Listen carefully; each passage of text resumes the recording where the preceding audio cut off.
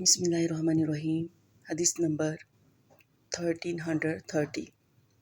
حضرت ابو ہریرہ رضی اللہ تعالیٰ عنہ بیان کرتے ہیں، میں نے رسول اللہ صلی اللہ علیہ وآلہ وسلم کو فرماتے ہوئے سنا، بندے سے روزی قیامت اس کے اعمال میں سے سب سے پہلے نماز کا حساب لیا جائے گا۔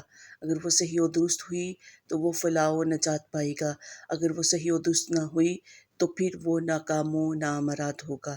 اگر اس کے فرائض میں کوئی کمی ہوئی تو رب تبارک و تعالیٰ فرمائے گا، دیکھو کیا میرے بندے کے کچھ نوافل ہیں، تو اسی طرح فرائض کی کمی کو ان نوافل سے پورا کر دیا جائے گا، پھر باقی اعمال کا حساب اسی طرح ہوگا۔ اور ایک دوسری روایت میں ہے، پھر زکوٰۃ کا حساب بھی اسی طرح ہوگا، اور پھر باقی اعمال کا حساب بھی اسی طرح ہوگا۔ آخر میں میری ایک چھوٹی سی ریکویسٹ ہے، اگر آپ کو ہمارا چینل اچھا لگا تو سبسکرائب کریں، لائک کریں، اور ثواب کی نیت سے دوسروں کے ساتھ اس حدیث پاک کو شیئر کریں۔ جزاک اللہ خیرہ۔